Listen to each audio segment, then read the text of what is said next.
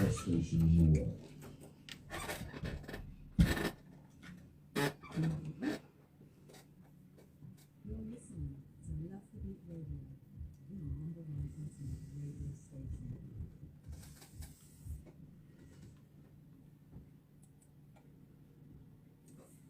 morning, good morning, good morning. Welcome to the Goddess Jazzy Show. I know it's a bit grey Tuesday today, but you got your lovely host here today. I have a wonderful, wonderful guest here, David Love. Say hi, David. Hey, what's up, people? Oh, well, that sounds nice. God, you sound sexy, innit? You sound good. I sound sexy. Yeah, you sound sexy. How are you? How are you? Before we start anything, how are you internally, mentally, physically? How are you? Oh, thank you Yeah. for asking. I'm really good, actually. Yeah? I'm very, very good. This camera's making me look really shiny as well. It's good, no? Yeah, very good. Sharp after that. My skin looks amazing there. Yeah, no, I'm in a really good space. Yeah? Yeah, Tell when us I walked about in, it. you mentioned that I look well. Very well. I think, there's a few things. I think, what time of the day is it? What can I discuss? Yeah, don't be naughty, right? I don't think it's naughty, but it's how you use your energy. I think is key. Like, Have you cut out anything? Is there yes. anything? Oh, you have. Yes. Such as? Can you share it? I don't watch adult material. You don't watch adult material. Yes, I do not watch adult material. I think when you conserve your energy and you don't just dissipate it freely, Yeah. I think that changes a lot in terms of your energy and how you look, your skin, all this kind of stuff. So yeah, I've definitely noticed a lot of benefits from that. I even need less sleep now, I find. Yeah. But other than that, it's basic stuff. It's like meditating, eating. And you always eat exercising. healthy. I try and eat healthy. I eat exercise a meat? lot as well. Yeah, I eat meat. Oh, you do? I eat meat. I had a steak yesterday. Yeah, I know. Yeah, you can't beat a good steak. It was. Won't lie to you, it was. Yeah, so you exercise and you meditate. So when you're meditating, are you chanting? I do some affirmations sometimes. Okay. But I do different types of meditation. So one of my meditations is like a breathwork meditation. I do that every morning. I find that gives me energy because I'm not really the sort of person that wakes up like, hey, let's go. Like, I'm not that kind of morning person. I'm kind of like, I'm like, ugh, first thing in the morning. So I use breathwork. I use breathwork to sort of charge my energy and get. And me how in does a that good work? space. How can you do some steps on how to do some that? breath work? Yeah, how do you? I could share a really basic technique Can you? that I learned from a really good teacher called Rajesh. Shout out to Rajesh. Shout out to you. He teaches like pranayama, different breathing techniques. But yeah, one really simple one is, let's say you're in your bed or on a sofa or wherever. You lay on your back, but you have your feet sort of flat on the bed or whatever. So your legs will be... So like a Kimbo, sort of. So you'd be... What now? Yeah, that's one of my made up words. So A Kimbo. A Kimbo. Yeah, imagine you're laying on your back and then your knees are like forming like that sort of like sort of V shape. So your feet are flat on the bed. Okay. What that will do is that will cause you to breathe more into your belly. And then if you just do some belly breathing for a while, like put your hands on your belly and breathe into there, then you'll use your whole lung capacity. Yeah. Yeah. So you could do that every morning? Yeah. Even just a few minutes of that. I got my mum to do it actually. It's been helping her a lot because she's quite a stress prone person. Yeah. But your breathing has a really big effect on like your mental state, your energy, your emotions. So like 5 minutes of that will have a lot of benefits. I'm gonna try. Yeah, give it a go. Try things, yeah. But the bed is too comfortable for you to be doing that. That's the thing about it.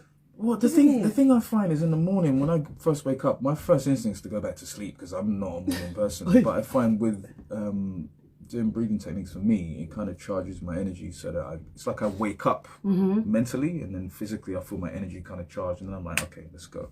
Okay, that's Get up good. and do my thing. And what else have you been doing exercise-wise? So you've done that as you're breathing. What other exercise you've just spoken about? So in terms of my training, I do a lot of walking. I walk about 5 miles a day now. How much is that in minutes and hours and things? It's 10,000 steps. Depends how fast you walk, but it's a few hours walking. I used to have like about a 3 mile a day target, but then recently I decided to up it, and I like it because I think there's so much distractions now, and I find it means I'm spending less time on screens as well. Okay. And it's just really good for your mind to just get out and move. Like it's been proven that walking's the best cure for depression, actually. Yeah. and they're very therapeutic. But I think as well, I think it depends where you walk. That's my personal Yes, thing, I you agree. know? I agree. I walk in nature usually in my Yes. local park. I think that's really good for you, man. Oh, that's good. So the other, so you do that as, is there any other type of exercise that you In do? terms of training, yeah, I do a Training, few yeah. things. Like, so I do calisthenics, which is like body weight training, you know, push-ups, pull-ups, just things using your body weight. Sometimes I'll add a bit of weight to that because I've got a weighted vest. Yeah. I've been getting into kettlebells recently, which are really good. I don't know if you're familiar I've with seen them. They've them. got like a metal Yeah. handle and yeah. They're really versatile and really simple. You can just get a couple of those and you can do lots of different training. Just Serious, at home. aren't you? I'm just And I looking like at you. that. I'm just looking at how serious you are with this. Yeah, I love It's training. good. It keeps me happy, man. That's the main thing. The reason I do it is because it keeps me in a good energy, keeps me in a good mood, and gives me energy to do stuff. So yeah. So what have you cut out? Did you just tell me what you've cut out? I said I'd stop watching. Oh, you stopped watching adult naughty movies. things. Okay. Yeah. What about food? Have you cut out food? Is there a certain I've cut back on a lot of sugar, so I still eat some sweet stuff, but Yeah. not really like biscuits, sweets and stuff like that. I cut that out for a few weeks, and I definitely felt better for it. Just Yeah. my energy was just more steady. So what do you do to replace it? Because I need tips. To replace sweet things. Yeah, I need tips. Because ginger bits ain't helping me. I know chocolate, if you get like chocolate, but it's got to be high percentage of cocoa, like, you know, 80-90% cocoa, or maybe you start at 60 or 70. It won't be as tasty. Yeah. It will mean you're getting something sweet. Something sweet. And then fruit is kind of my thing. Instead of eating a chocolate bar, Yeah. I'll eat a banana or an apple or something like that. Okay. Yeah, those are a couple of things I would say for. Well, if it makes you look like this, I have to follow suit, as they say. You know. Speaking of fruit, I'm gonna grab some. Are you gonna grab some fruit? Keep talking. David's gonna grab some fruit. I don't normally eat this kind of thing. I can't believe you're not a morning person, because meeting you, you'd think you are. Oh really? Yeah, especially Okay. waking up for auditions and things like that. You have to be. So when you're waking up for the audition, what's your mindset like? I haven't actually been on auditions for a while. Yeah, I remember you were saying. Do you miss it? Apologies. No, that's all right. Don't worry. I'm starting to feel kind of drawn back to the kind of acting thing more. So yeah, I think I will probably get back into it.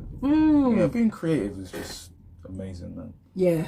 It's amazing. And you meet It's nothing different like it. kinds of people. Yeah, that's how I met know? you. Exactly. Exactly. You know when they eat that banana? I'll tell you why, because it's too bruised for me. I'm too bougie. Oh, but these are the ones that usually taste the best. Oh. See, when you get them perfect, see, that's That's when gonna it's be bruised up like that. I can't eat it. I'm really funny and soft to apples. You know when you get a dent in an apple? I'm funny like that. Yeah, I don't like a dented apple. See?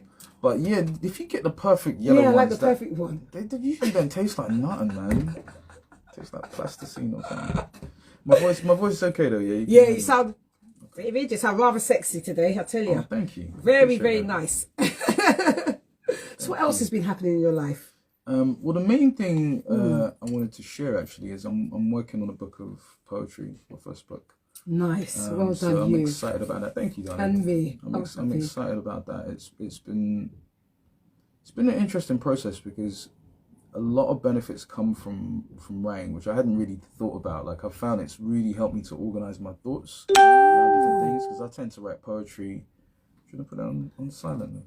Yeah, Do you need the it? thing is, because it's, okay, let's do it like that. Yeah, okay.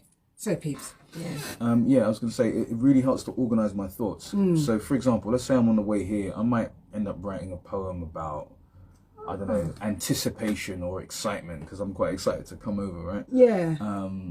But then I find it just gets me to take a thought that's like this size and then really like shrink it and kind of get down to the essence of it. So, yeah, I find it really... So does the really thought, helpful. does it come to you naturally, like something, say like you're doing your walking, does a thought come to you like that and you think, you know what, I want to write something? It depends on the piece. Like I find sometimes it will come complete, like the whole piece. It's like it's already written and it's just like downloaded, and I'll be like boom, boom, boom, and I just have it immediately.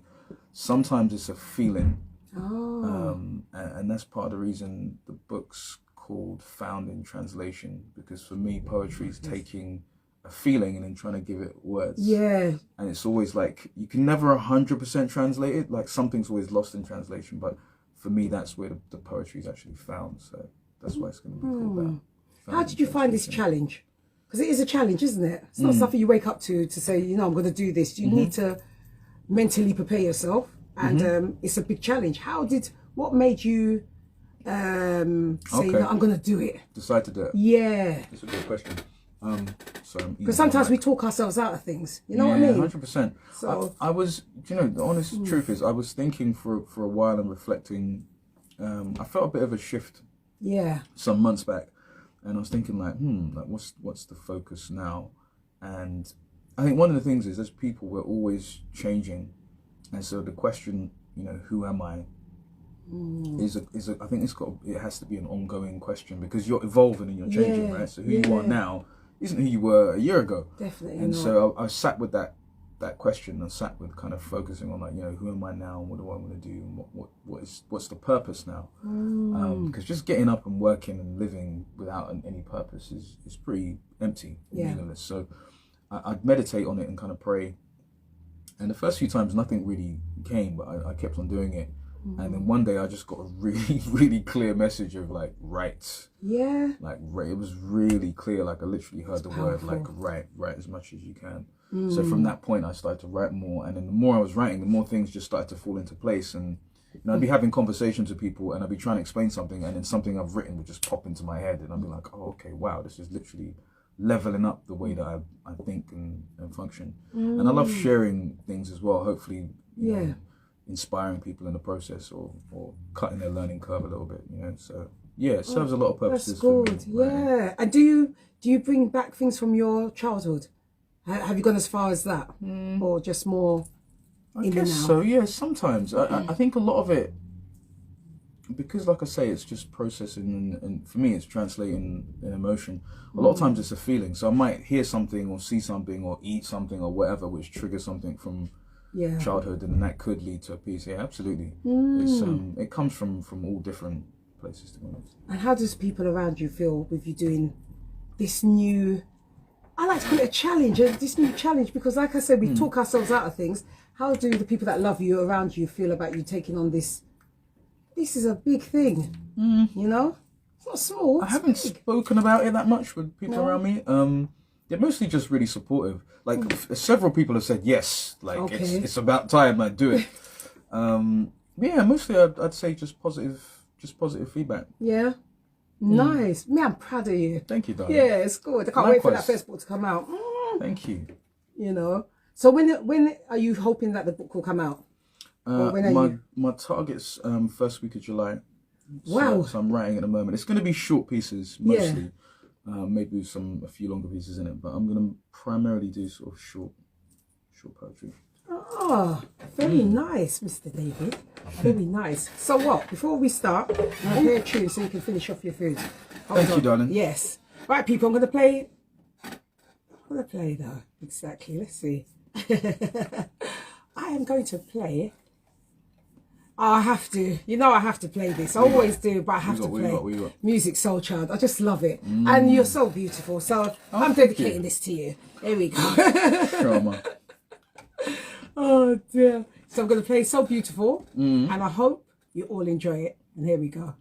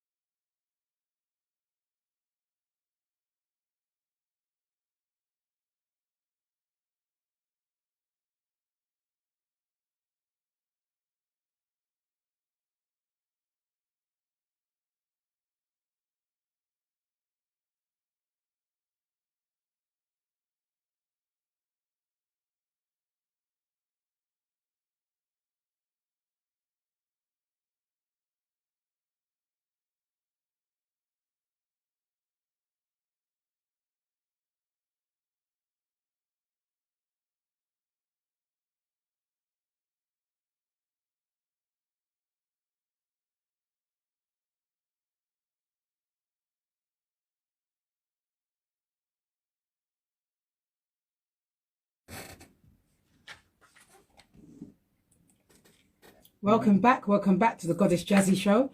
That was You Know Who, Music Soul Child, and So Beautiful. I know every week I play it, but you know when you just enjoy a song, you have to keep on playing it. Well, that's just me, you know, I can't help it. And I wanted to dedicate it to lovely David, so because he's so beautiful, he really is, you know. You're so sweet. Oh, you're so sweet. So he's enjoyed his breakfast now. And your writing is beautiful. You think so? My goodness. Thank you. Oh, wow. You know what? Because I haven't seen people write for a long time. My writing is like crab louse. So seeing this, you know, that means you put time and effort into it. So what are you going to read us now? Okay, I'm going to start with a short piece. Yeah. I was thinking I could share something and then we could potentially talk around it. So the first piece I'm going to share is just a really short one. It's called One of Those Days. It kind of connects to what we were talking about when I first came in. Yes. So it goes, one of those days. I'm having one of those days. Everything seems so arbitrary. I feel a million years old, sick of the whole rigmarole. I am tired on a soul level today. Oh my God, David. You know what? You encapsulated all of that exactly how I was feeling this morning when I said to you. You encapsulated it like that. And this is how I was feeling, I told you. Yeah. So people, when David came in this morning, I said to him there was a shift. So I believe in the cosmos, I believe in the universe and everything else like that. But when I feel a greyness, I feel like there's a shift. And his words just now has encapsulated it just like that. Wow. Yeah. That's what I love about poetry. It kind of gives you an opportunity to take something and do something with it. Because that came from, what's the date I wrote this? 11th of the 4th. So yeah, it's about a week, just over a week ago. Right. So one morning I woke up and you know those mornings where you're just like, ugh. Yeah. You just don't want to deal with anything. Yeah, just life. It's just like, life is life. It's life and too much. Yeah. Can I face it all? But then the next day I was completely different. Do you know what I mean? And I think everyone experiences things to different levels. Obviously for some people it's a lot more extreme. Yes. But I think everyone experiences that. And that's what I like about, it's one of the things I love about writing, is like you can kind of tap into those kind of universal experiences so people can see it's not just you. It's not just you that's having that this morning. You know what I mean? We all have those days, but you know, we press on, we move. Yeah, we move. And how do we get to move? That's the thing. That's the question that's always wrong. How do we get to move? Yes. Because it takes a lot. Everything takes a lot of gumption, you know? It takes activation energy. What do you, just out of interest, what do you do? Like, see when you have those kind of moment. Days, how do you kind of... Do you know what? I reflect on what I've gone through or what I'm going through. Then I say to myself, there's still someone worse off than me, so get on with it. That's me, I like that's that. the way I do it, I said, there's still someone worse off than me, get on with it. That's really good, actually. I allow myself to feel a bit, you know, down or what have you, but then I say, no, get on with it. Get on with it. I think one of the big things, and I've been talking about this a lot lately, there's a book I'd recommend to listeners called Letting Go by David Hawkins, and he talks about just the power of allowing yourself to feel whatever you're feeling. So see, if you wake up and you feel like that in the morning, if you try and push it down or mask it or do something to kind of avoid it, it doesn't really get processed. No. But if, like you said, you kind of allow yourself to feel it and be like, okay, this feels horrible, but let me just allow it, then it tends to dissolve or transform by itself over time. But it's having the kind of courage and the strength to just kind of accept it and be like, okay, this is what I'm feeling right now. You know what I mean? Yeah, like, accept it or you don't. Let's keep it real. This is what it is. Like, I think that's a really powerful thing to just be able to be with it. Not judge it or whatever. Just allow it, you know? But yeah, I wanted to share that because I think everyone was lovely, has those days. It came at the time I spoke to you. That's just something. Wow. The way that was encapsulated like that, it was just like, Dave, you sure you weren't feeling the same thing today? You know? This morning wasn't the easiest at first, but you know, I normally work quite late, so it was different getting up at 6. But once I got up, it was like, oh yes, the morning energy. And the light, when it's light, like natural light. You know, it's good. It's beautiful. Oh, So Okay. yes, what else have you got for us? You ready for another one? Yeah, most definitely. Okay. Yeah, I was thinking I could potentially use some of these as like jumping off points for conversation as well. So this one I've called the Brotherhood. And it goes. I have created these corners where men convene.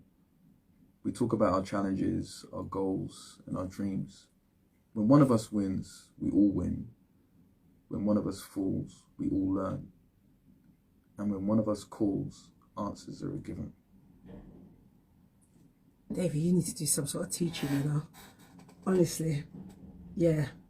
You need to do some sort of, have a space for some sort of teaching. I don't know what it is yet, but it just come to me like that. Oh, you just saw it? Yeah, you got the vision? Yeah, you just...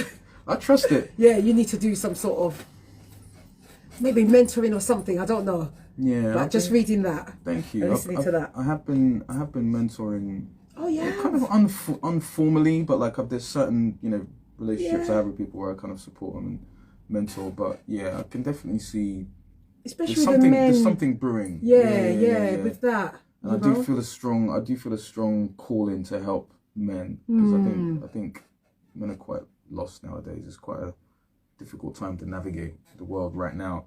And this piece, it's funny because I usually don't like to talk about stuff I write. I don't want to influence what people take from it or how they interpret it. But today I thought it would be interesting to talk around some of these things. And so with that piece, it's largely because I've got certain friendships that I've been building and kind of cultivating, especially the past few years, where, we'll connect on a regular basis. So I've got two friends. We have a call every 2 weeks. That's good, Two guy friends. And that's been an amazing space where we share our challenges, we talk about stuff we're working on. They'll hold you accountable. So they'll be like, what about that thing you said you was gonna do? Like, how's that going? Yeah. But it's a safe space where you can speak, and so there's no judgment. There's no judgment, and it's like guys have cried in that space. Like it's really, but men don't really do that stuff. Do you know what I mean?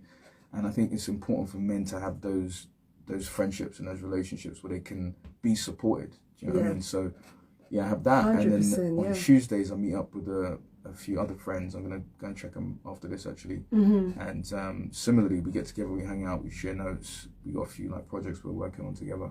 That's really cool. And so I've got 4 or 5 different kind of little groups and things like that, and I can see it evolving in due course. But it's been so is it therapeutic healthy for you as well? Yeah, because nowadays people don't really communicate in person like we used to. You know remember what I mean? back in the day, you could sit and have a long conversation, and or you'd go to a friend's house and just walk in there like it was your house, right? You know, you just go hang out into with the their fridge parents. like it's your fridge. Yeah. I had that with my friends. Whereas nowadays, people are a lot more isolated, and I think it's one of the big reasons why there's a lot more mental health issues. To be honest. Yeah, that's definitely. But I'm glad you've got that safe space to talk. Because I don't have that. As much as you think I don't have it. That surprises me because you're so sort of. Because I'm always giving, but I'm not. I don't have that space where I can. Someone can listen to me, and I was feeling it the other day. I put down my foot the other day. You believe me? I said this is 2024, and I put it down my foot. Yeah, it might come across very negative, but I had a moment where I said, you know what? Since my youth, I've been giving. Since my youth, David, I'm 52 years young. I've been giving and giving and giving till I'm drained out. And I've got nothing back in return. I'm not asking for nothing back in return, but acknowledge a little bit in my journey I'm going through. You understand? Yeah. Just not keep taking. And I think as well, because I've come out of that narcissistic relationship, that embroiled it as well. But yeah, I don't have that. Anytime I want to speak to someone, they rather them be speaking, And that's when I missed my best friend who passed 5 years ago. I just said, I just miss you. Because if you were here, just simple, Yeah. Just touching on one thing related to what you said about the narcissist thing. Yeah. I think, because I think we all of us have had some unhealthy relationships, right? And so one of the things... But did we name it that? Back in the day, I never knew about that until I was in it. I think those words get thrown around a bit too much sometimes. Because sometimes, okay, the person is a narcissist, sometimes it's not. I don't know. Maybe your guy really was diagnosed as that. I don't know. Or maybe he just had a lot of the traits.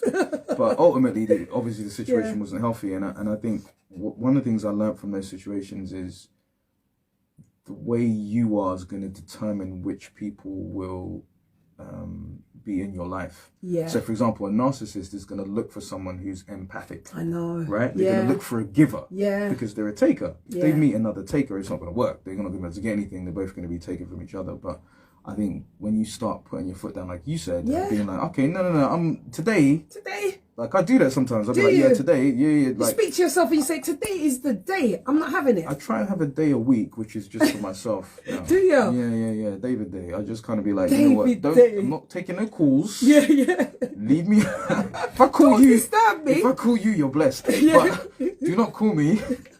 Don't I don't want to hear your problem today. It's my day. It's not like I need at least one day to just recharge a bit. You know? Yes. But yeah, I think it's really important that you have those boundaries, man, and just be like, no, I'm not doing that, or I'm not having that, or whatever. But those lines have to be drawn and protected. Definitely, yeah. But the thing is, I can't change my character.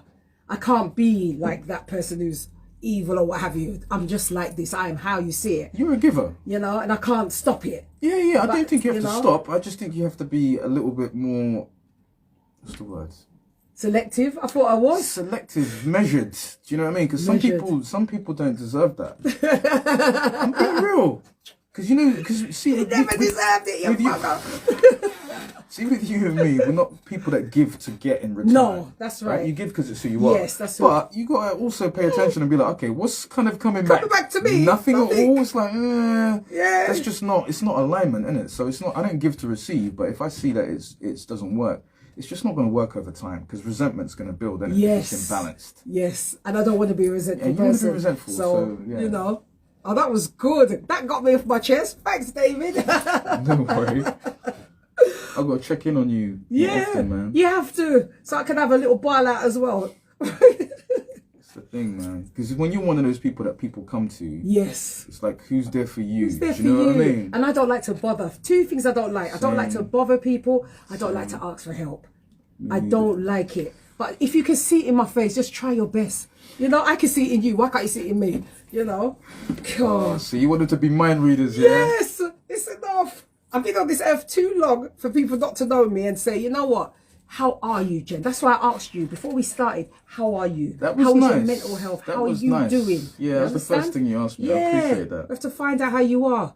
Because you could all be smiling, but inside something could be eating you up. So I want to know how you are and how we can rectify it. What's our next one? Gosh, I'm really letting everything out, people. Wow, what a day. I'm trying to think. I wasn't sure how many pieces I'll be doing, but I'll just keep rolling. Yeah, it's all good. Because there's an answer for all of them. Come on. Yeah. And you find as well, while you're looking, you find when you're trying to speak to people, they don't want to hear that bit.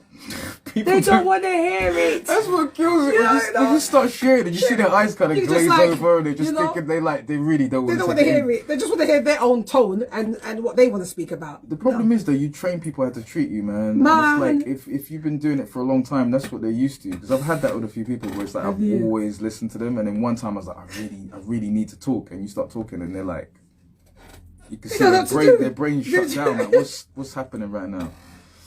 Alright, so I'm gonna do a piece called which one? Oh, this is really therapeutic. Who'd expect me to be saying this to David today, and now I'm feeling lighter. I give thanks. Thank you, because you know I feel lighter. Wow. Okay, this one's called Finally Lucid.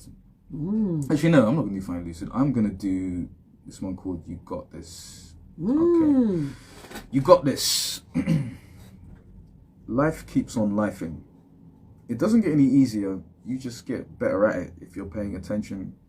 There's always something, another thing. I don't even see problems anymore. I fast forward to the finish line in my mind. My foresight is hindsight in advance. Keep dancing. You've already won. If you're hearing these words, you've survived everything that has ever been thrown at you. Why would this be any different? Oh my gosh. Maybe you better help her put that book together. It's on the way.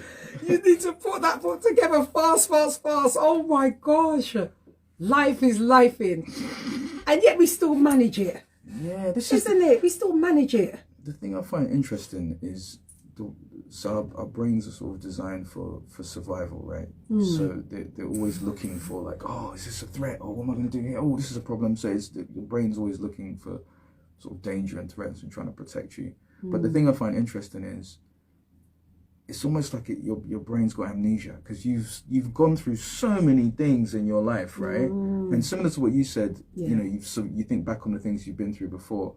Oftentimes, when you stop and compare a situation with previous stuff, you're like, this is like nothing compared to. Do you know what I mean? Yeah, yeah. But in the moment, your brain can like make a mountain out of a molehill. So that was the kind of thinking when I was writing that. It was like, yeah, you got this. Like with like so many times when things come up, and if you actually stop and just go logical instead of letting the emotion take you away, you kind of realize, this is not that bad. It's not that. Is this part of life? We have to go through this. 100%. And those are the things that shape you anyway. So yeah, that's true enough. Yeah, you have to go. I've got a question for you. Have you?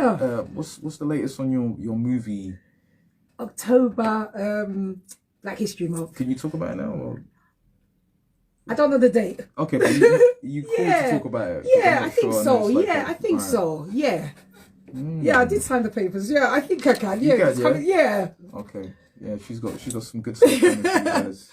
But it's a blessing, David. I don't take nothing for granted. 100%. It's a blessing. I never trained to do acting. It wasn't my thing. It was medical, you know, and everything. But it was a great experience, just like everything else in life, you know. Yeah, it's a great experience. I think that gratitude's so powerful, man. Like I thought of gratitude a while ago when you mentioned.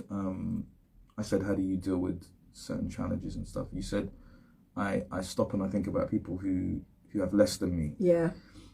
I find gratitude has the same sort of effect for me. Like when I because I start the day with gratitude and I end the day with gratitude, and I try and remember to practice appreciation through the day. Yeah. And again, that's like just so good for your mental health, man, because you realize, oh, you know, I've got a roof over my head.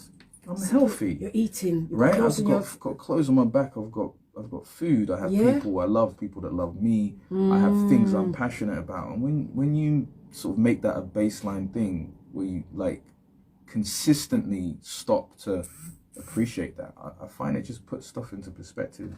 And you know what else I'm going to add to you? You must always thank yourself. Oh, wow. Thank yourself, David. You can put on your words.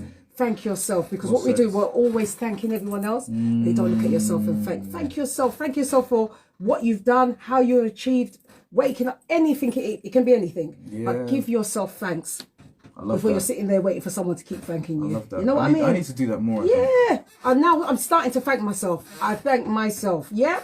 I thank you all, but I still thank myself. Yeah. Because I put things in perspective. I said to myself, would you be able to do this journey I'm doing? No. And it wasn't a journey I set out for, obviously. It just came to me, you know?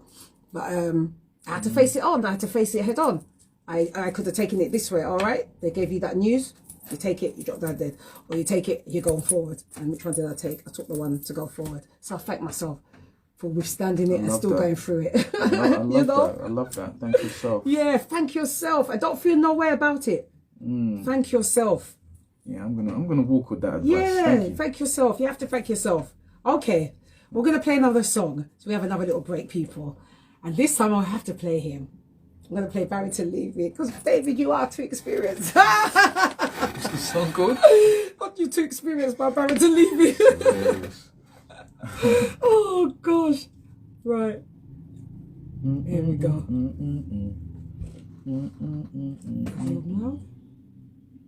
Oh, yeah.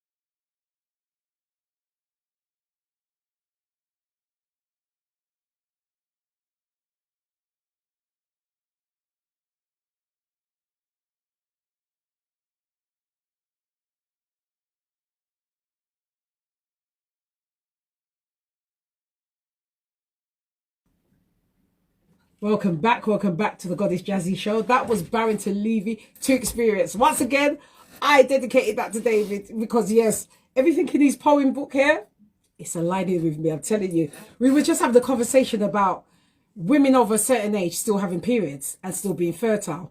So I had a 70-year-old, would I say friend? Well, I put her in her place because that's the day when I said I had it, you know? Okay. Because if you're behaving like that, how am I going to teach the younger or people of my age that it's okay to still have your period and still be fertile?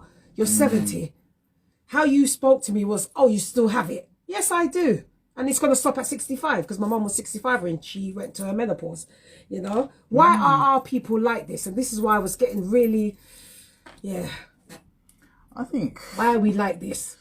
We're supposed to support and help and love. Do you know what I think it is? I think it just made her uncomfortable. And I think she didn't know how to deal with it. So her way was to be like, kind of like, try and make fun of you or something. But I think it probably just made her uncomfortable to even deal with. So. I didn't even have time to think of the uncomfortability. I was just like, that's it. I've had it. Today is 2024. I've had it. I've had enough. No, good you know? for you, man. Too much nice doesn't Yes. work, too much nice.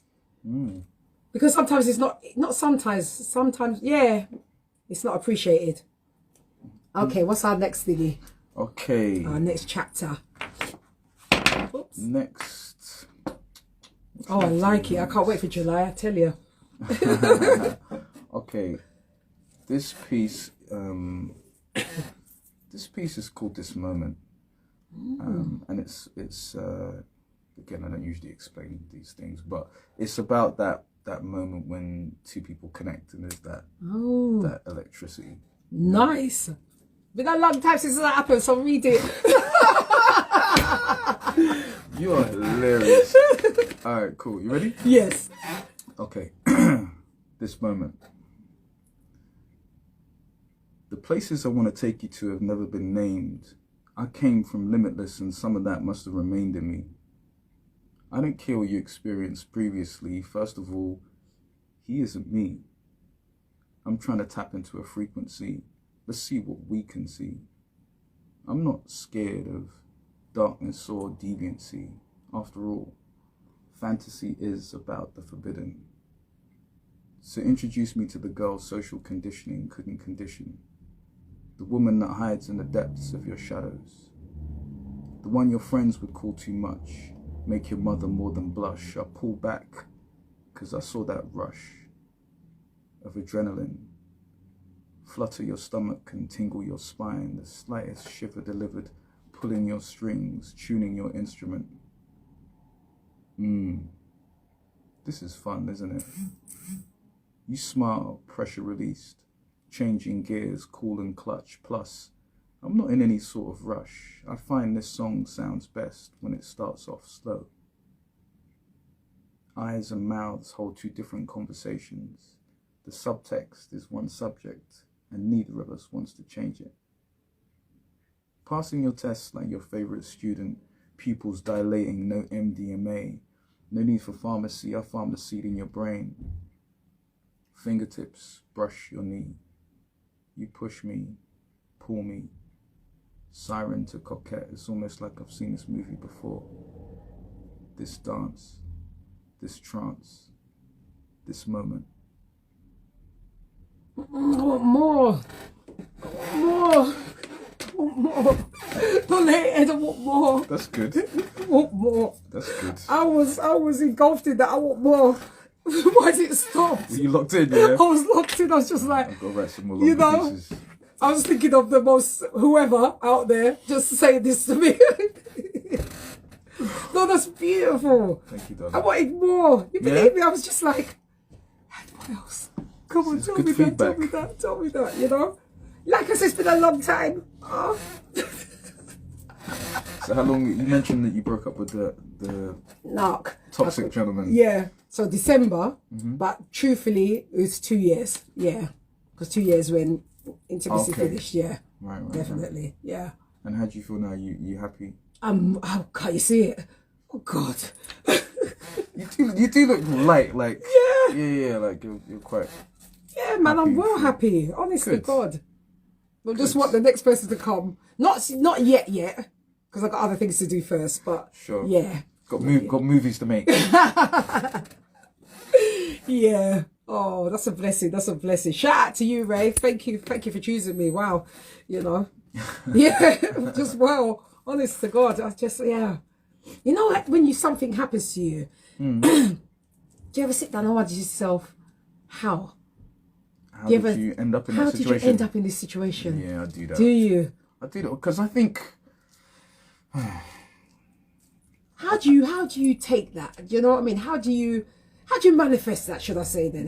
This is where I was going with it, to be honest, because I had a number of situations, not one and not two, where it was like afterwards I reflected and I was just like, what was I doing in that situation, like, and how did I attract that? Because I believe we create our own reality, and I believe that there's no accidents. This is my personal belief. I believe the things that come our way, the people that come our way, is supposed for to be a reason, and it's like there's lessons to be learned in it. And you know, in this one, like for me, this is how I see it. Like in this life, maybe you're learning, I don't know, courage, or maybe you're learning patience, or whatever it is. But I think there's certain life lessons that you're supposed to get.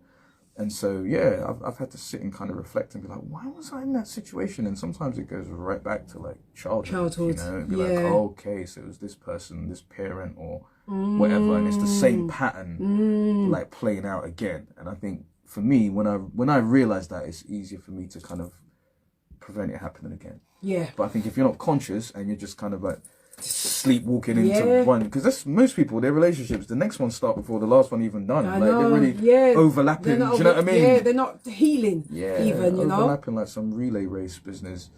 That's true, isn't it? I think it's good to have a bit of time like you're doing now. It's healthy. Yeah, no, it's nice. Even though an 84-year-old chat me up, but it's all right. I'll take it. Yeah, the 84-year-old chat you up. Listen, Bert, shout out to lovely Bert. He's from Wales. I went out on to tube. He's from Wales. He said, may I sit next to you? I said, of course. And he speaks really posh. He's telling me about, have you heard of Paul Robeson? Look him up. He's either a singer or an actor. Yeah, this guy is 84, telling me how him and him was back in Wales. He's from Wales, Black Welshman. He plays cricket and rugby and everything else like that. Okay. And he's got Deirdre at home. So I said, ain't Deirdre going to feel away that? Yeah, his wife, Deirdre's 10 years younger than him, so that's 74. Bert. Yeah, Bert. Good old Bert, man. You made my day, I tell you. Bert is still trying it. At 84. We drank wine together and he said... You drank wine? Yeah, we drank because we went to a food opening in Cheam. He sat down, you know what I'm like, and he said, I just want to ask you, do you have a husband? I said, no, are you ready for it? Bert? He said, well, I've got Deirdre at home, but if I wasn't, I would have you. I said, Bert, you made my day. Honest to God, you made my day. And he wouldn't leave before not giving me a kiss on the cheek. Yeah, bless his heart. I tell you. So shout out to you, Bert. You made this woman very happy. I'm very grateful. You know, it's interesting too, because the thing that pops into my head hearing you say that is how can I put it? Nowadays, men don't really approach women like they used to. No. And there's a different energy now. Like I think it's a number of different factors, whether it's like the Me Too thing, or like for years women were complaining about being harassed, right? It's like, oh, I can't go anywhere without a man bothering me. Like on here, people are trying to grab me or talk to me or chat me up or whatever. And so I think over the years, like guys, especially young guys, I think are very afraid of like coming across creepy or of crossing any line or someone feeling like they're harassed. And so I think a lot of guys now just opt to just not engage. You know? Do you know what I mean? And it's sad, really, because if you come from a good place, then it's all right, you know? Yes. Bert done it, man. You come to me, man. Bert was 84. It doesn't matter. Bert's old school. Bert's old school. And he had a wife. And he was apologising, ringing up Deirdre to say, I'm sitting there with Jenny. Hey, told Deirdre. Did he call her? Yeah, in front of me. I was just like, this is classic. You know, this is classic. So funny. And she said, don't be late. That's what she said to me. She said, Bert, don't be late coming back. So he had another glass of red wine. And we kept on yapping on. And he said, Jenny, I've got to leave you now. I said, no problem. But I'm not going to leave you without giving you a peck. I said, okay, Pat. But you see what I'm saying? Like, it wasn't... It wasn't, you know... It wasn't any big thing. It wasn't, like, deep. It wasn't, you know, intense or whatever. It was just a nice interaction. Just a nice interaction. Someone was appreciating you and you're appreciating them. Yeah. And, like... and grateful for his It's a stories. beautiful thing. I do like when the elderly talk about their stories or what they've done, and he made me feel that I can go to Wales now. Because for a really long time, I didn't want to go to Wales because I thought it was racist. But he's a Welshman. He said, Jenny, it's very cosmopolitan. Go there, you'll enjoy it. So I said, since you said that, Bert, I'll go. Yeah. That's an interesting thing, which I think not everyone stops to consider. But as black people, yeah, I can actually feel that. Thank you, darling. Someone else wouldn't take it. They leave you there with it. Not me. I appreciate that. Yeah, I think something as black people, we stop to consider those things. It's like, oh, where'd you want to go on holiday? How racist is it on the racist scale? Is it like this racist? Was it this racist? You know? And there's certain countries where I'll speak to people and you'll be like, what's that? And they're just like, don't do it. It's going to be But why weird. do you still force yourself to go there? And then when you get catch, they're complaining. You want our help? Oh, man. Who sent you there? It's mad. It's mad that we have to even consider that, right? It's just like, how because I was honest to him. I said, is it racist? On a scale of 1 to 10. You know? And he said, no, Jenny, with his strong accent, you can go on this cosmopolitan. I said, okay, Bert, you said it. Go down to the valleys. Go. He said everything. I said, all right, I'm going to take a trip now. I mean it. Yeah, I've always wanted to go to Wales. You see, and the thing with that, right, is when I think about the whole, the racist thing. Yeah. There's a difference between, I'll give you an example. I went to Germany. I studied German and French. And so I lived in Germany for a year. And I remember when I was going there, even though they told me the town I was going to was quite liberal and they were used to, because they had like an American base there. It was by the coast, and so they were used to different, people coming and going and whatever. Even though they said all that to me, I've been raised on English TV, right? So the only thing you hear about Germans in this country is World War II and Hitler, right? So you don't realize it, but you're a bit brainwashed. And when you hear about Germans, it's like, oh, they steal all the sunbeds at the hotel and they ain't got no sense of humor and all this kind of stuff you're told. So when I got there, I remember getting there and thinking, how's this gonna be? But actually, I found that people were actually really, really nice and really welcoming. And curious, because it was, at the time I had dreadlocks, and so they were like, what music do you listen to and what are you into? And they wanted to know me and know my culture. So it was a different energy. It didn't make me feel unwelcome or uncomfortable in any way. Do you know what I mean? Whereas there's some places I've been to where I'm in a hotel or whatever, and people are looking at me like, why are you in the same hotel as me? Why you eat our food? Do you know what I'm saying? Yes. Or the people serving me are looking at me like, why am I serving you? Oh, God. You should be serving me. It's wild. God, it's true. It's so true. Oh, my God. And we try and pacify it all the time. But like I said, 2024, I pacify nothing no more. I've actually had to walk over to people at times and just be like, excuse me, do you have an eye problem? Look at you. You should look at your plate and eat your food. But I'll do that in a shop. If they follow me around in the shop, I'll do that in the shop, and I'll say, am I okay to walk in the shop? Oh, when they follow you around the shop? Yeah, I'm like, am I okay? Oh, yeah. I'll be like, okay, thank you. Sometimes I'll mess with them. Sometimes I'll like walk fast or just do some silly shit to just mess with them. Or I just start a conversation and, how you doing? You good? You right?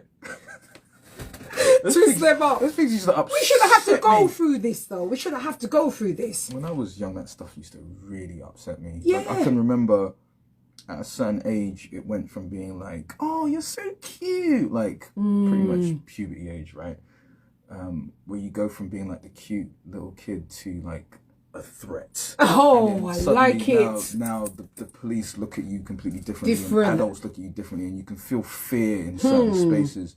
And I remember, like, old ladies stopping and like holding their bags and that. All these kinds of things used to really upset me as a kid. Like, really upset me, made me feel real uncomfortable. We're going to come back to that. Hold on, we've got a minute, and then it's going to be another ad. Yeah, so we're going to get back to that. It's interesting.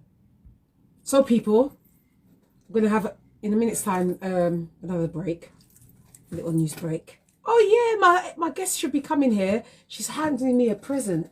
She's come all the way back to give me a present. A thank you present. You've got a guest coming in to give you a present? Just to give me a present. Check you out. I know. And she was signing. She's a deaf signer, black deaf signer. Amazing, isn't it? Nice. Yeah. She said, I've got something to give you. I said, well, come in. That you accidentally found.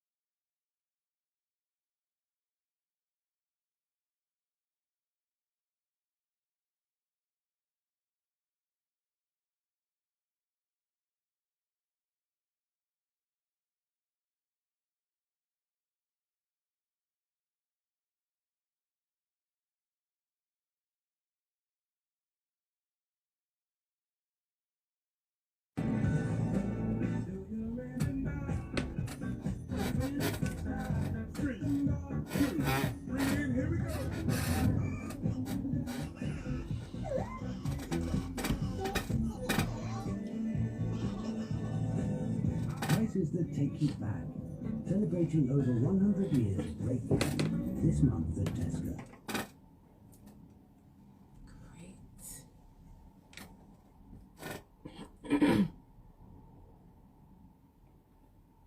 Okay. That's the only thing, the lag. I just have to wait for a few more seconds. Sorry. Right. Wait.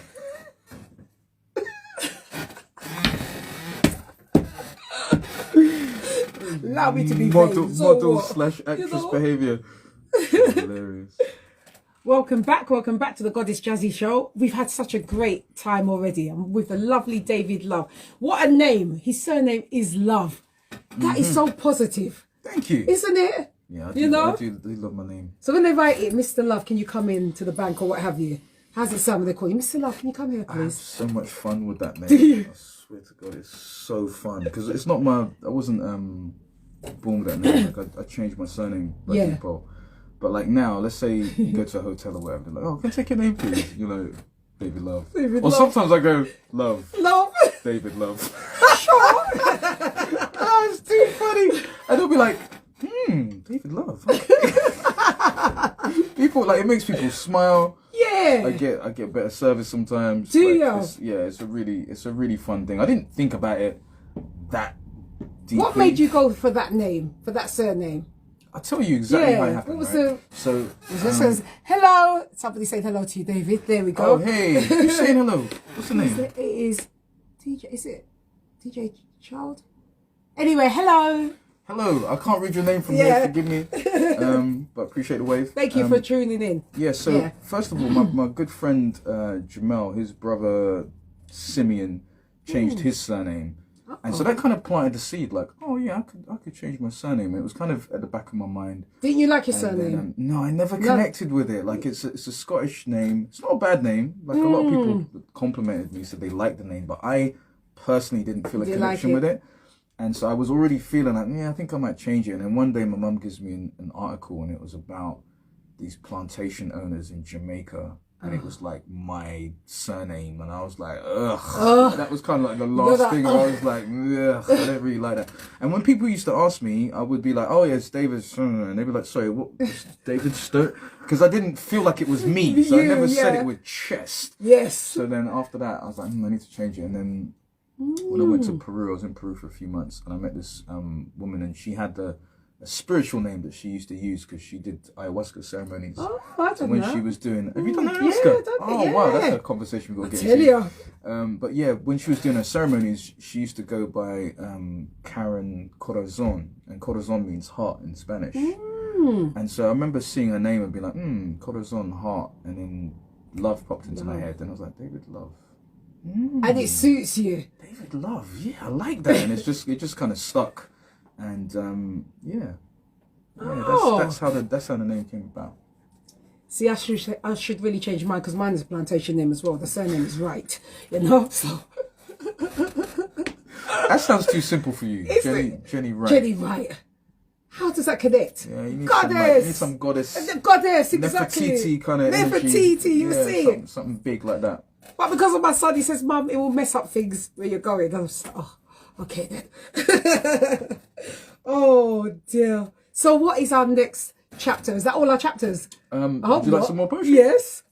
Okay. The way I'm feeling it, gosh. I end up reciting half this book at this rate, but you know what? Let's do it. So this one's a bit longer. I wrote recently. fine. It's called Humble. Okay. You ready? Yeah. All right. Let me.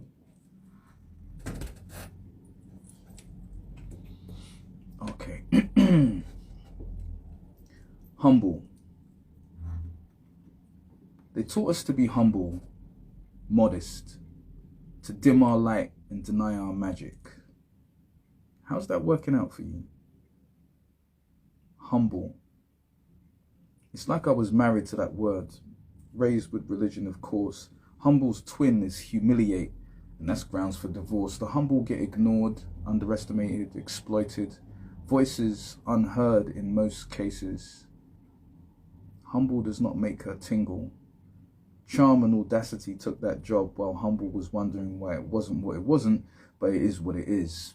Humble is waiting for paradise in the next life. Humble and long-suffering hung their hats on that story. While courage and cunning was snatching the glory, they said, hey, humble, long-suffering, we don't really care what you call us. In fact, while you're waiting, how about you work for us? Long-suffering, long-suffered things, so it was a no-brainer. And humble is humble, so humble didn't grumble. I followed in their footsteps and downplayed the greatness I felt from aged 8. Caged the apex predator between my ears, big game hunting knowledge on the low. Like the philosopher's stone, I smoked loose leaves between the lines, blessed the trees, processed the mess in me, reaching the highest self, preceded death of the lesser me, and a certain level of lyrical plus spiritual expertise.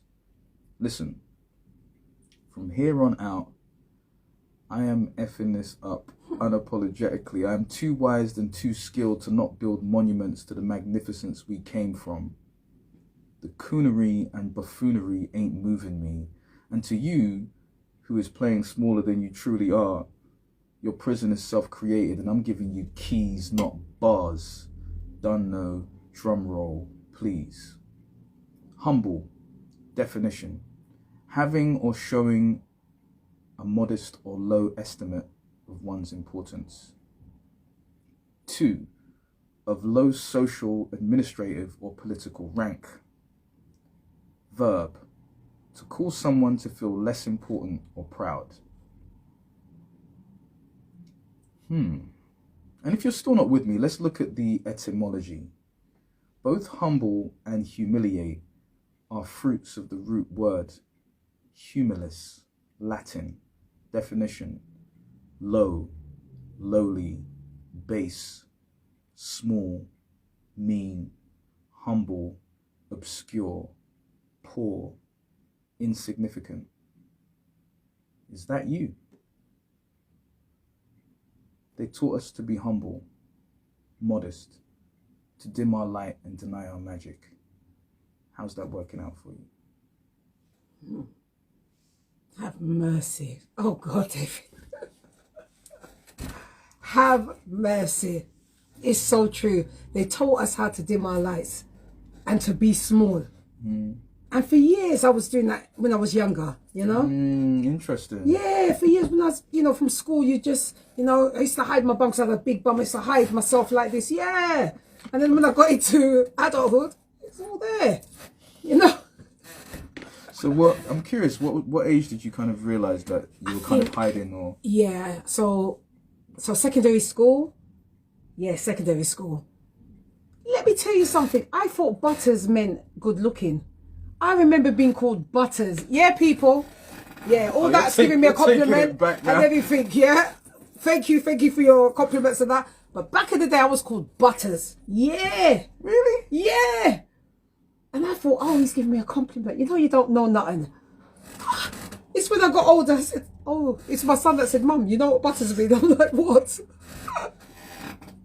Doesn't it mean good looking? He said, no.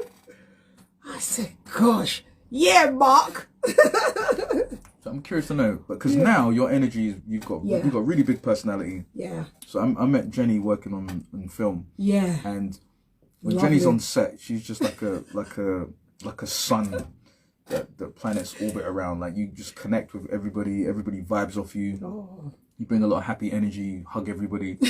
Like everyone's auntie on the set or whatever. I'm curious to know, like,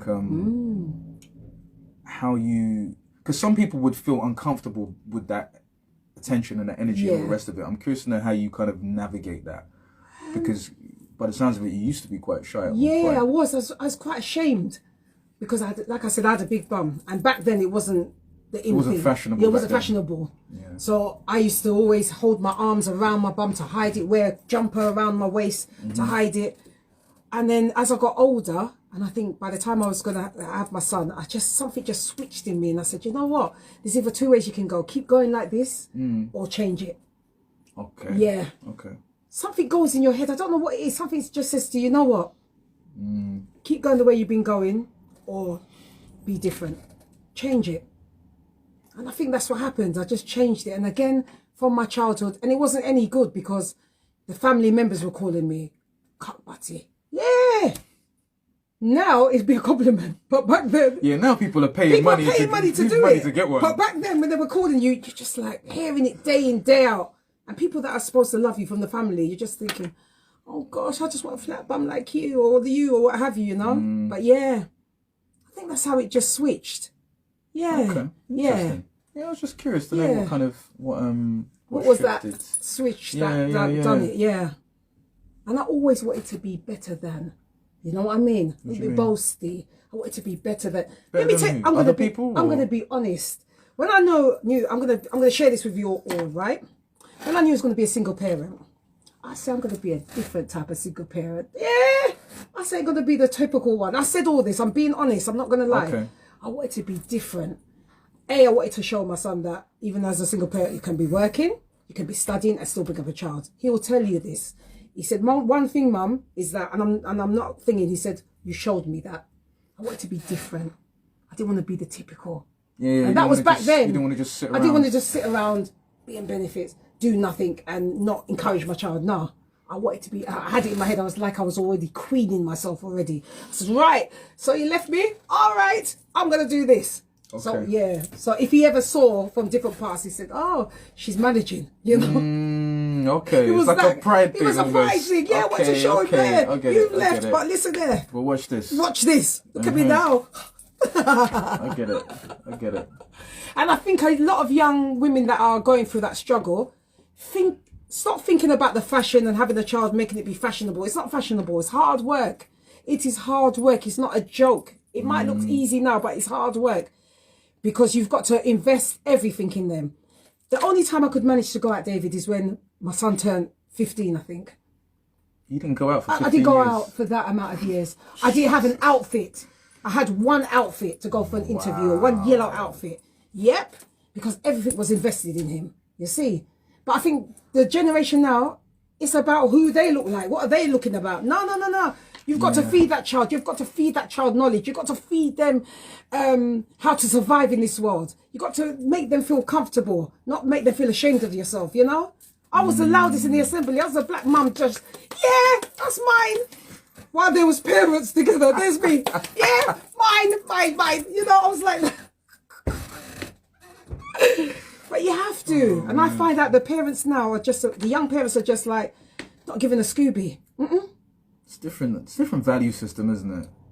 But why? So what are they being fed at home? That's what I want to know. What are you being fed at home to behave like this? Do you know what's interesting? I look at people's behaviour now, and I try, because my natural instinct is to judge, right? Yeah. That's what the mind does. Just to be like, oh, this is rubbish and this is that. Blah, blah, blah.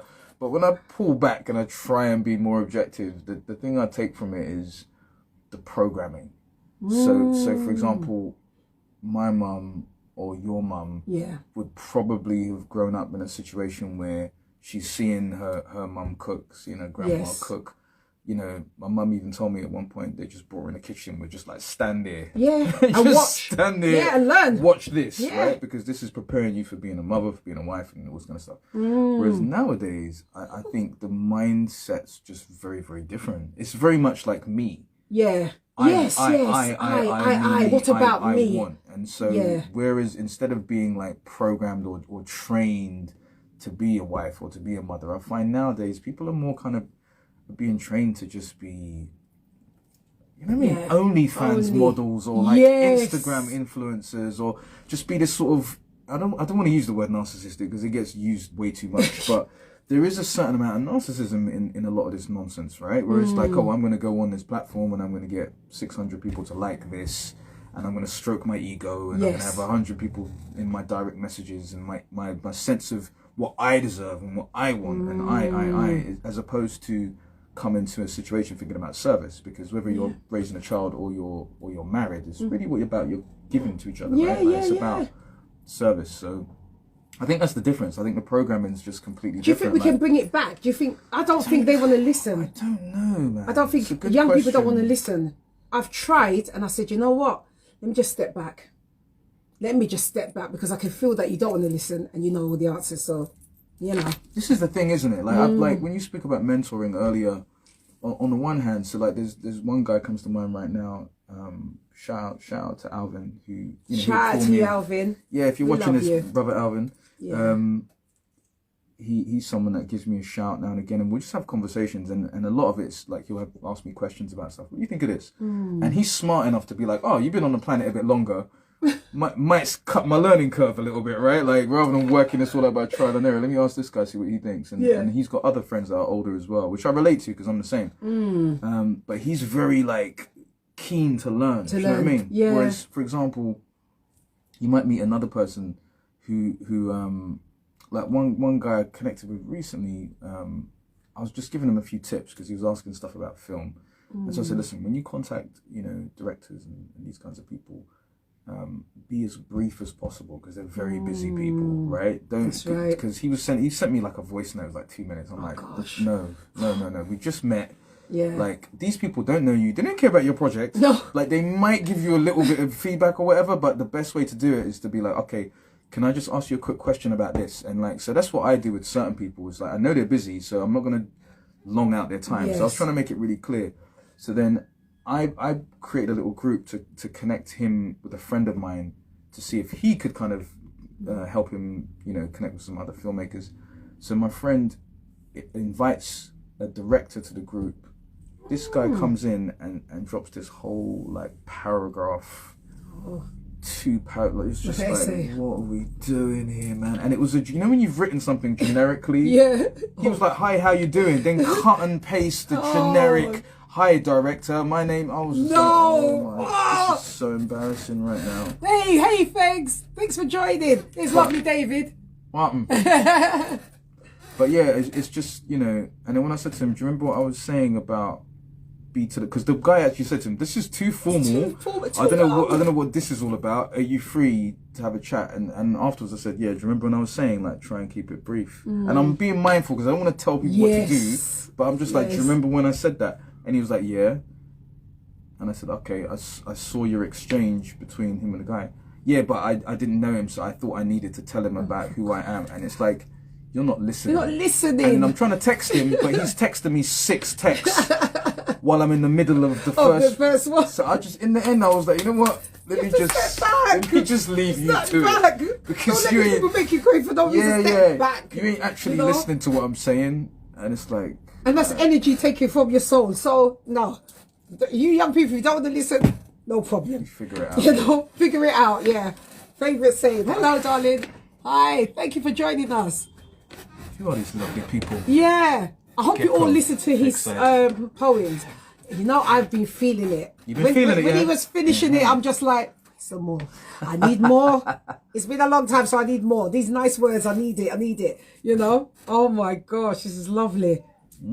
So at least we've both tried to help to an extent. Yeah, you know? and I will, if you don't get me wrong, I will continue doing that. But like you said, I think you've got to kind of pick your battles, pick your situations. Yeah, you know because some of them will come and give you a bit of mouth, and then you're just like, you know what?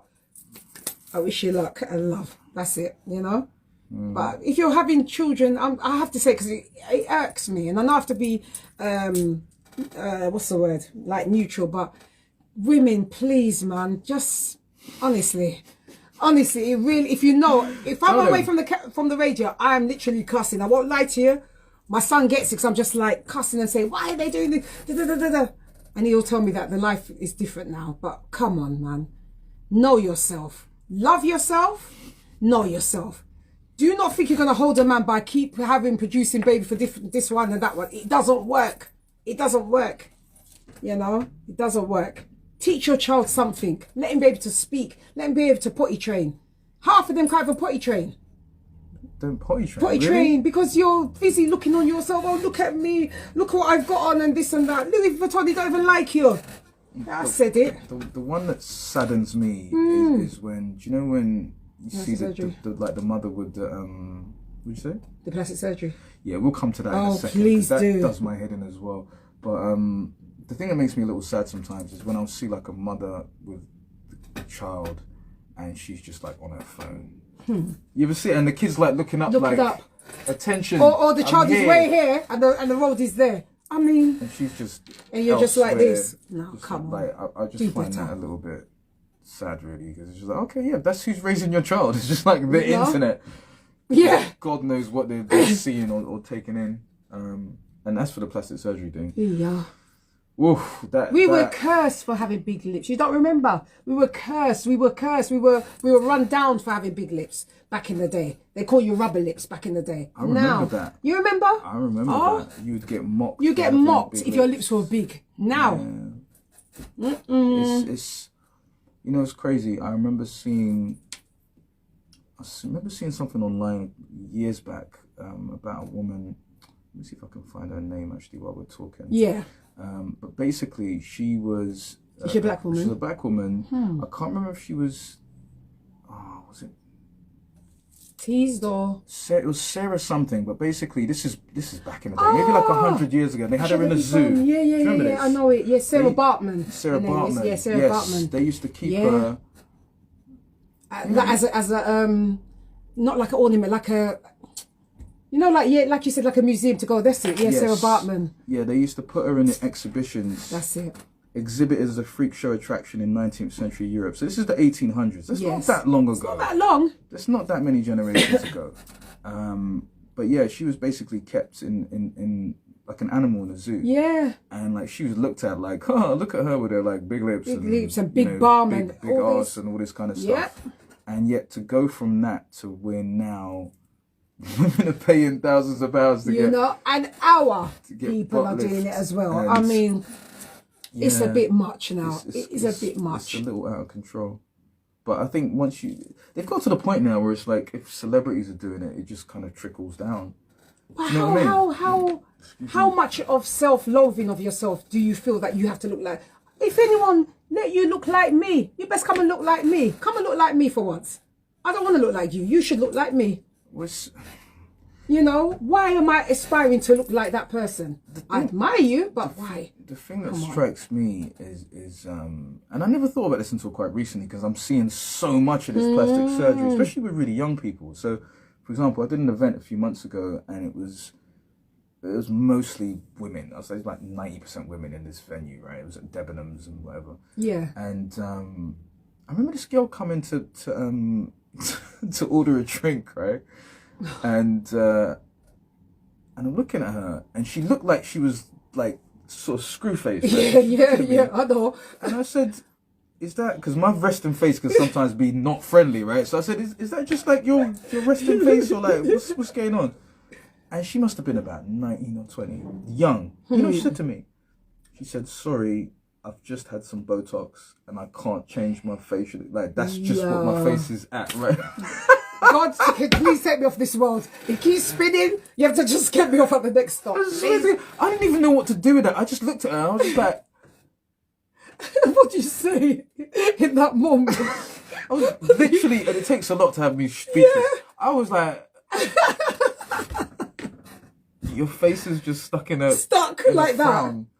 And she's so young, but now she's gonna have to keep having. You're gonna have to keep having top now. ups. So But where has the self-loathing? Like I said, where has the lack of love? that's Where? That's what I was about to say. You though. know? Like the thing I was gonna say was, it strikes me that to do something like that, you have to really not be happy with how you look. Yeah. Because you're making like a permanent change. Change of.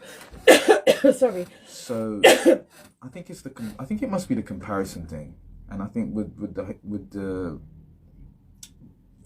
the difference now with tech, like before, you'd have been comparing yourself to the girls at your school. At your school. Right? Isn't it? And yeah. maybe if you see a magazine cover or You say, something like that. I just want my hair like that or But something. nowadays, it's like you're on this, like, the average person's on this, like, 4 or 5 hours a day. And so she's going to be seeing all of these women in perfect figures and faces and do you know what I mean? So I think maybe the insecurity and all the rest of it is just magnified. But there's a lot of insecurity. I'm shocked. Yeah, it's I am shocking. shocked, Especially honestly. with the young people. I've seen girls that are like 17 that have got their lips done. God, 17. I'm like, how did you get it done? Oh, well, I found that if you go in the Middle East, you can get it done. Ah, so there's no Okay. parental consent. What happened to parental consent as well? It's like they can get away and do anything they want without that. Yeah, that's kind of disappearing, man, based on some of the stuff that's going on right now. My God. Like young people, if you still got your face, I beg you. I was called Butters, and I kept it till up until now. So you know, and I did have no plastic surgery. So. And look at her now. Look how she's glowing. Now. Look at her. that smile. The light is amazing here. Isn't it? This light here. It must be this one. Must be that top light. That melanin. Look at us. Look at this. Glowing. I tell you. Oh my gosh, yeah. But yeah, be positive and love yourself, because if you don't, honestly, it's the saying is the saying. No one else is. And if they can see your insecurity, they'll play on it. So, you know. Well, the thing with it also is those things aren't fixing stuff. Do you know what I mean? Because, it's covering up. It's just a surface thing. Like the insecurity is the feeling underneath that. Yes. That ain't fixing that. So, you know, a lot of times it just leads to a deeper hole, because now it's like you got the lips done, and then you got this part done, and you got that part done. You ever see someone's face and it's like some of it's got plastic surgery and some hasn't. So your brain can't really process it because it doesn't look. You know what I'm talking about, right? Some of these actors, you'll see them and you're like, something's wrong with your face, because like even if you can't consciously work it out, your brain's going. This don't work. Something's going in a yes and a no channel at the same time, because like I thought it was me alone. Up here you're like 30 something. And then around here you're like 50 something, and then here you're different. It's all a mess, bruv. Like, and doesn't somebody love you in that household to say this doesn't look right? This is what this happens when I see. I'm like, does somebody love you? You've got like 3 or 4 different faces. It's mad. Like, oh God, I can't do it. I cannot do it. I just don't know. I can't do it. I actually wrote a piece about this. Did you? Please. Yeah, see if I can find it. Because I saw this woman and it was just mad. Like, but doesn't somebody, even your neighbour, just say, listen, that don't look good? Doesn't somebody at least, you know, back in the day, elders will tell you if you don't look good. They say, you know, pull up your dress or something. Now, they're just looking at you, oh God. I think also it's like people, I don't know, man. People don't want to offend you. And, and you know what I mean? It's like, oh. It's but the thing is, when you're coming from a place of love, it still can come as offensive, because who are you to tell me how I look? You know, it's that attitude, Lord. Me personally, I want to know. I want to know. Like, you better tell me that my skirt is sticking in the bum. When you better tell me. I mean it. Like when you took that bit of, bit of orange off my face, like that's what we need. Yes. I don't need to be walking around here with orange on my face. People looking at your morning and still talking. Nah.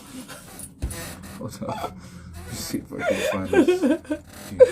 Oh, I hope you all enjoying today's show. Honestly, I have learned a lot.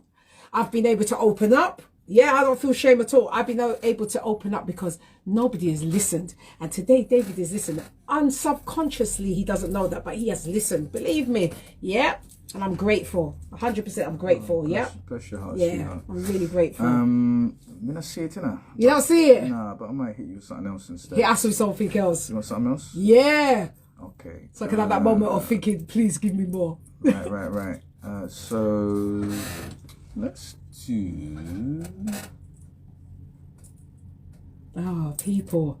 I tell you. Okay, this is called Valentine's. Or anti-Valentine's. I mean, I like it, innit? I know. I like the gifts. I won't lie to you. I do like the gifts. Yeah, I do. I like the gifts, man. At least you're honest, boy. Oh, this is hilarious. This is anti-Valentine's.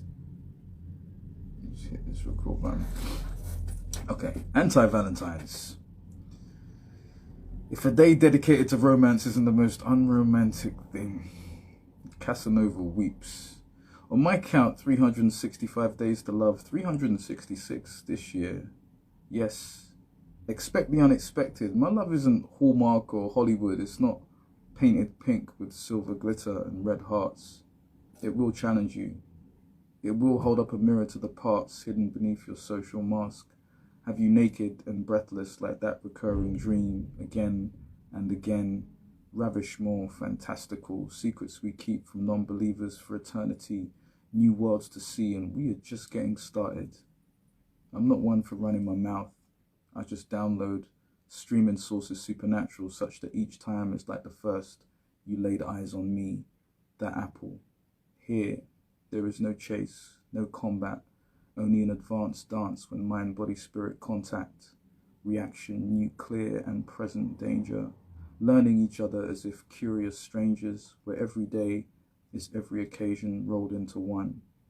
My condolences to those whose souls have been starved. Of this, it is better to have loved.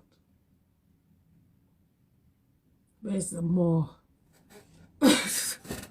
Where is the more? These feel like teasers to me, yeah? I want the more. I want the fullest speed. It's funny, a friend of mine was saying recently, he's like, what does every woman want? The answer is more. More.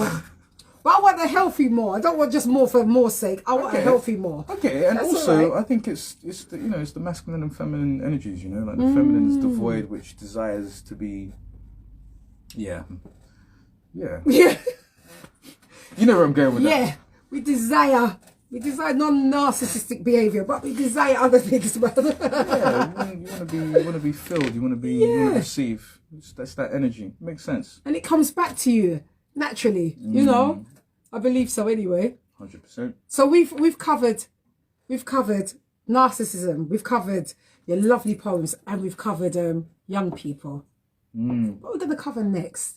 How can we change anything, David? We're at that age. We are the grandparents now. You know. Even if you've got no children or have, we are the grandparents for this generation. Once we're gone, that's it. There's no legacy if they don't want to listen. How do we change it? Or can we?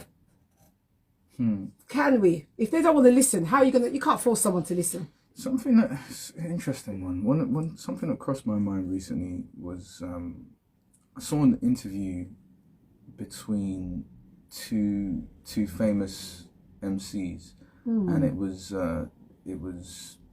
Tony Starks from Wu-Tang Clan and Big Daddy Kane. And so those guys, in terms of the generations of hip hop, those are like, you know, Big Daddy Kane's almost a founding father. He's going back, and then you could say Tony Starks Wu-Tang's the generation after that. And since then, there's probably been one or two generations of MCs, right? But one of the things that really struck me was the level of just conversation and growth between those two people, because they were from two different generations. Yeah. And what popped into my head was it would be great to have more of those situations. So let's say you're on here and you've got someone who's a teenager or something, and they're having a conversation. You know, you're going to learn from each other, because the way they're seeing the world and what they're getting, you don't have access to the same information. You're probably not on all the same platforms. No. You're not having the same conversations, you know what I mean? And then you've got knowledge they don't have. Do you know what I mean? KRS-One was talking about this as well, you know. We should be learning from each other. And I think we need more of that, because a lot of times what's happening is I'm having a conversation with you. Yeah. Or the two people who are of the other generation are having that conversation as well. And I think there needs to be more kind of like cross conversations, if that's even a term. And we really have to unite, you know, badly. We have to unite. How is it we're the only, and I'm going to say it, community that's not united? How? You're talking about West Indians? In everything. Yeah, we're not united. We're still looking at side-eyeing each other. What for? Yeah. What for? We're fighting the same fight. It's very different. Isn't it? We're fighting the same fight. In the 80s, we were fighting the same fight. But somehow we were community. I remember there was a street party back in the 80s, and neighbours, everyone of colour and everything, we were together. But now it's so distant, it's so broken. There was a lot more community. It's really strange, isn't it, when you think back on it? Because when I think back to even early TV, right, and you think of when we had our 3 stations. Like if we're going way back. Way back. 3 stations then it was 4, then it was 5. Yeah. If you go way back, there was still things like No Problem, and there was certain TV shows, and then Channel 4 had a number of black TV shows. That's right. And remember the Real McCoy and blah, blah, blah. There were a lot of things where it was really like you could see people working together and producing stuff. And I agree with you on the community side of it. There was a lot more togetherness. Once upon a time. I think it's all a lot more fragmented now, where people are just doing their own kind of thing. Even in my neighborhood though, but I remember at a certain point, a lot of people just moved out, because they were just like, whoa, I've got qualifications, I've got this, I've got that. And they just kind of moved out, right? Yeah. And then it just became more and more split and fragmented, and then you kind of just it's kind of strewn, I don't know. It's been bugging me for a long time that... Oh, really? We're not unified at all. Every other community is unified. Okay, they got their ups and downs, but for some reason, we're still side-eyeing each other. What for? What do you gain? Nothing. Because we're all fighting the same fight. You know? If tomorrow you're the famous David, you best remember me. And I will remember you. I know you will. And I'll run you down. You know that. Oh, absolutely. You know? Absolutely. But why must we just be oh, that's just mine. You know what I mean? We've got that, oh, this is just mine. I've got this, or this is just mine. No.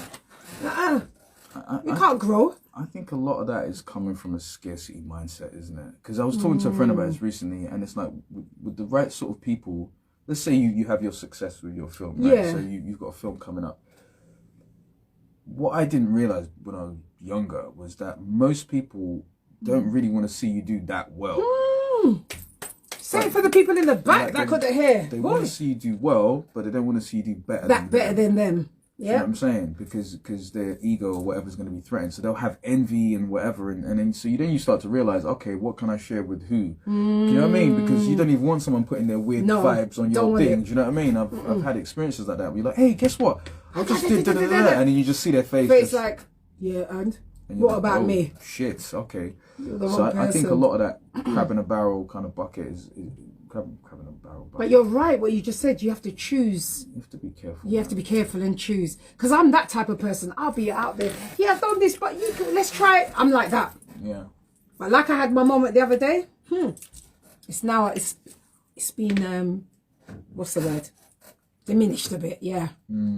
Because I now know that people don't want to see you get anywhere. No. And I'd be proud if I met somebody, and I'm saying it, the reason why I'm saying it, because I'm what I'm going through. So I'd be proud to see someone like me, you know, going through a big judgment, if you want to call it that, a big journey, and a big challenge.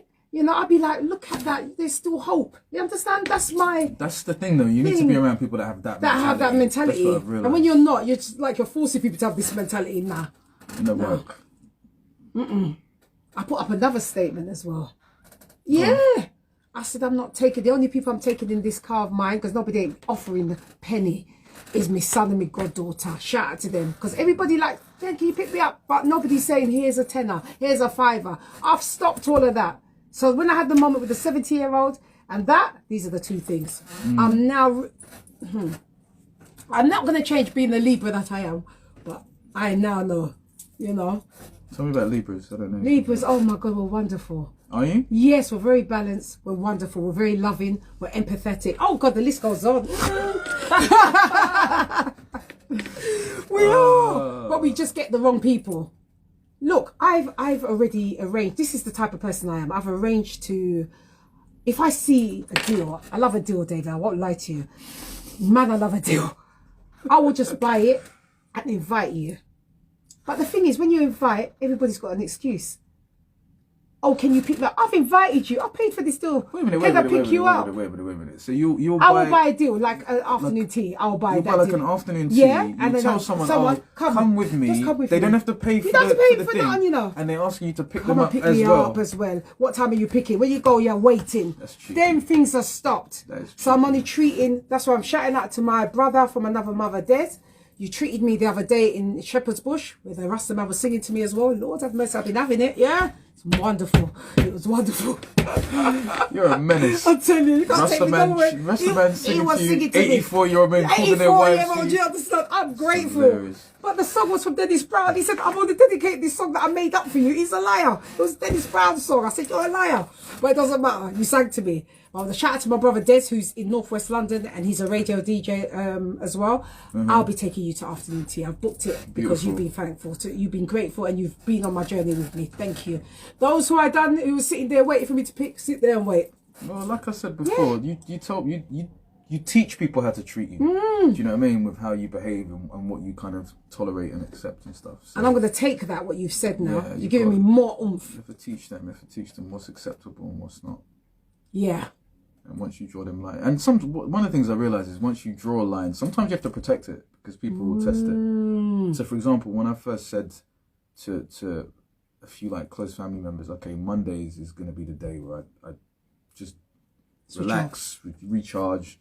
I just want to like eat, rest, you know, read, whatever. But I'm not really going to be doing too much. After saying that, I've still had a couple occasions when, like, you know, someone's trying to call me or whatever, and I have to go, like I said. I told you. You know what I mean? Do you want me to make a big banner? I said, stop. It's like boundaries. Yeah. It's not just creating a boundary, you have to protect your boundaries once you've created them as well. But after a while, people get used to it, and then they kind of know, oh, yeah, you know, it's Monday. Just leave him. Leave him. See, my son knows when I have a moment. If I haven't eaten, he knows I have a hangry moment. With Oh, a H. do you get hangry? Oh! Yeah, I'm a little bit like that. Don't Tired and hungry. Do not disturb me. Tired and hungry, both of them can. So can once be you challenging know, for me. don't let me have to keep repeating. You know? What are we going to go to next? You want the next Yes, one? man. I want this book done as of yesterday. Get it done on this show, boy. I'm telling you. This is a little quick one Yeah. about the seasons. This is called Sync. Okay, Sync. Let me record it as well. 1 minute. Sync. I feel the seasons in a different way now. Winter had me reflective, meeting with shadow as days grew shorter. Now as we move towards spring, there's already a subtle shift in my energy, a call to service, a need to share. Maybe this is how we're supposed to grow, in sync with Mother Nature, moving to her rhythms. It is as if a part of me is not my own, dancing to a song only it can hear. Thank you. Mic drop. David. Hey. Mic drop. Thank you for giving me This this is space to amazing. share. Honestly. I really appreciate I just want this book. What date in July? Please make it the 1st. Oh, I'll gosh. be quick. You have to. I can't wait any longer. This is all the feelings and everything encapsulated in one, you know? And it's not heavy. It's just nice and light. Like, if you like candy floss, I love candy floss. It's like that for me. You like candy floss? Yeah, I love candy floss. So it's sweet and light. Candy floss is delicious. Oh, it is. I'm trying to lay off the sugar, like I said, but You candy see? floss is delicious. And I did want to make, it's interesting what you said Yes. about light. My intention with this one is to share primarily shorter pieces. They're not all going to be light. Some of it will be maybe a little heavier in terms of the content and stuff, but I want it to be accessible. Yeah. For me, one of the issues with poetry is I think a lot of times people think of it as though it's this really serious, deep, complex thing, heavy, right? Like yeah. it's not for me. Poetry's for those people. I think a lot of people look at theatre the same way, right? They're like, oh no, that's for this group or whatever.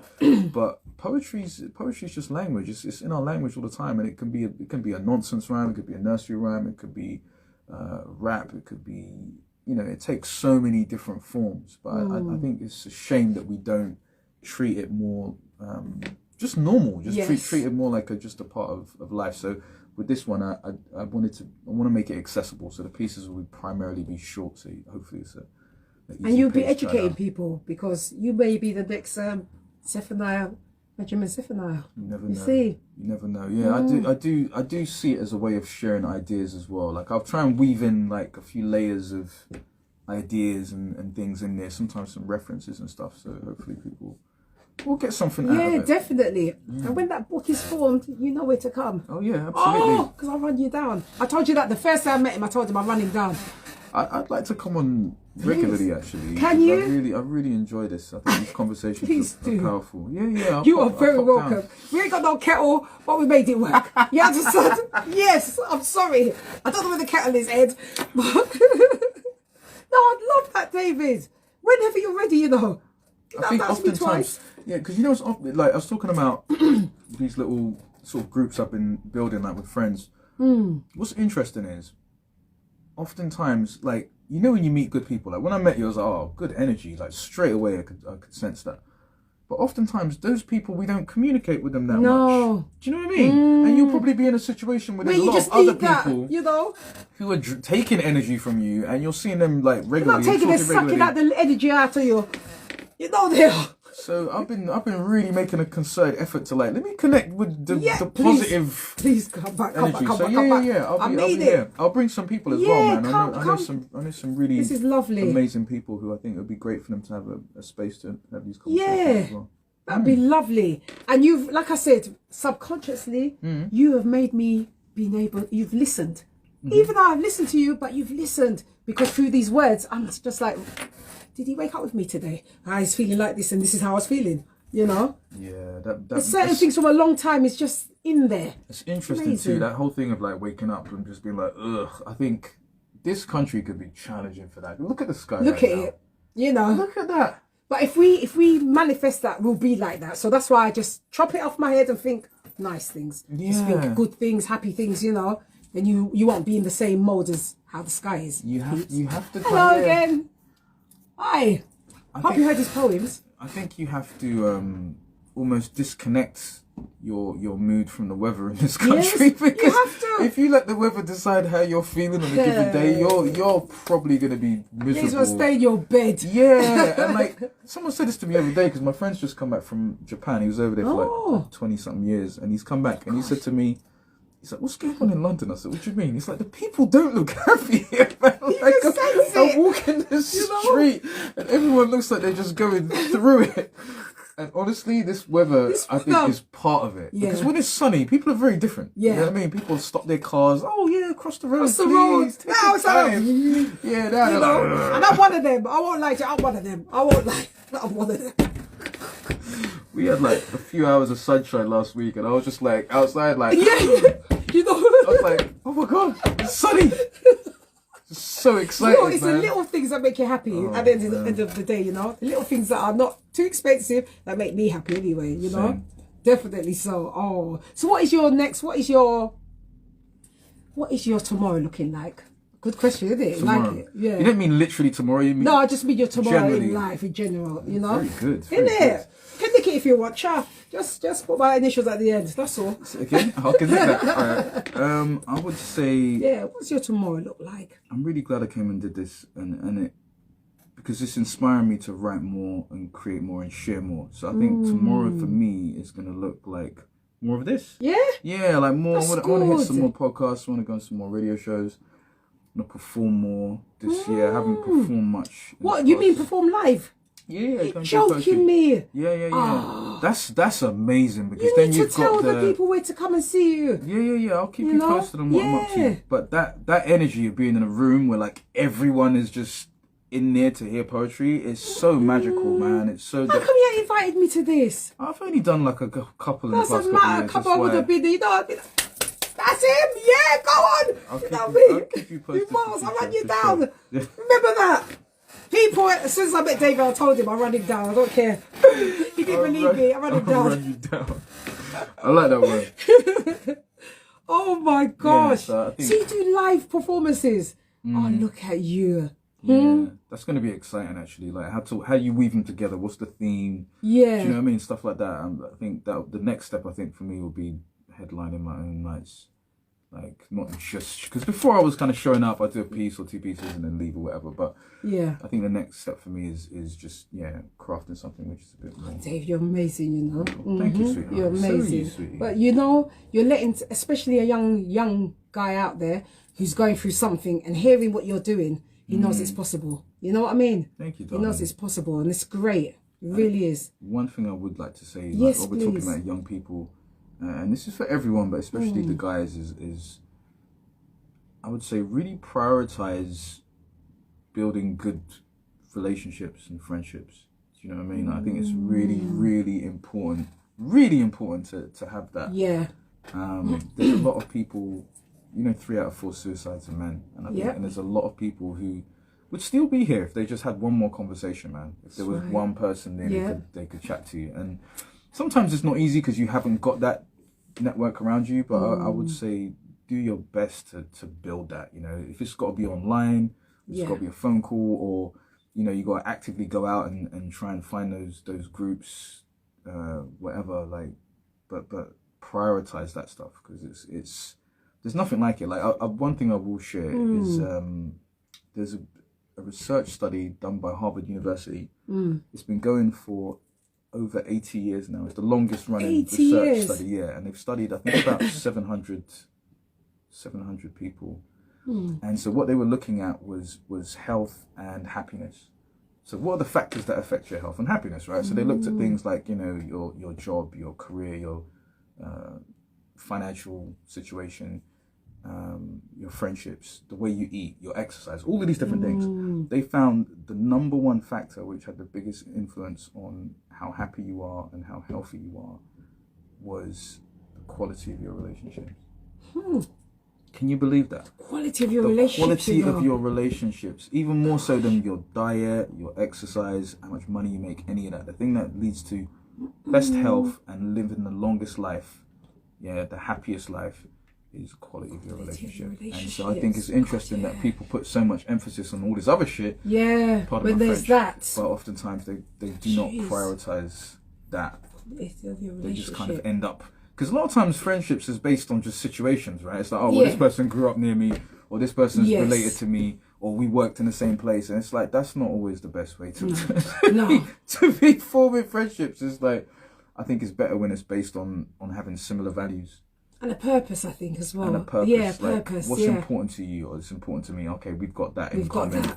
Let's move. Like, I think that's a much stronger foundation compared to just, situation.